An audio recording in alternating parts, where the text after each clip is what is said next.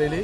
তো আমরা সবার পাশে সবার করে এবং সবার কাছে আপনাদের মাধ্যমে আহ্বান করি যাতে সবার করে আমরা আগামী 13 তারিখ থেকে 15 তারিখ পর্যন্ত বাড়িতে সবাই যাতে তিরঙ্গা ঝান্ডা লাগায় এবং তার সঙ্গে যাতে আমরা তিরঙ্গার সঙ্গে সেলফি উইথ ফ্ল্যাগ বা তিরঙ্গা আমরা সবাই নমো অ্যাপসে বা আমাদের যে হার ঘর তিরঙ্গা ওয়েবসাইটে আপলোড করি।